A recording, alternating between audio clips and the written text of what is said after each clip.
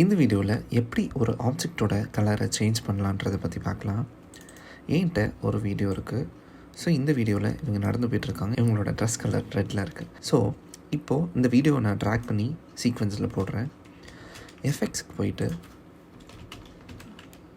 Change to colour அப்படின்னு ஒரு எஃபெக்டை select பண்ணி ட்ராக் பண்ணி இந்த ஃபுட்டேஜ் மேலே போடுறேன். ஸோ இப்போது நான் எஃபெக்ட் கண்ட்ரோலர் செலக்ட் பண்ணுறேன். இந்த இடத்துல சேஞ்ச் டு கலர் அப்படின்னு இருக்கும். அதில் ஃப்ரம் கிட்ட இருக்க ஐட்ராப்பர் டூலில் எடுத்து அவங்களோட கலரை செலக்ட் பண்ணிக்கிறேன். டூக்கும் மறுபடியும் அவங்களோட ட்ரெஸ் கலரை செலக்ட் பண்ணுறேன். மறுபடியும் அந்த டூவோட கலர் பாக்ஸை ஓப்பன் பண்ணிவிட்டு ஒரு ப்ளூ கலருக்கு நான் மாற்றிட்டு ஓகே கொடுக்குறேன். ஸோ இப்போ பார்த்தீங்கன்னா சேஞ்ச் ஆகிருக்கும். பட் இதில் இன்னும் நம்ம சேஞ்சஸ் பண்ணால் தான் அது ஒரு பர்ஃபெக்டாக முடியும். ஹியூ 10 இருக்கட்டும். ஸோ இதோட லைட்னஸ்க்கு நான் ஒரு 50% வச்சுக்கிறேன். அண்ட் இதோட சேச்சுரேஷன் ஒரு 40% வச்சுக்கிறேன். அண்ட் இதோட சாஃப்ட்னஸை நான் கம்மி பண்ணிக்கிறேன். ஸோ இப்போ இந்த வீடியோ நான் போடுறேன் பாருங்கள்.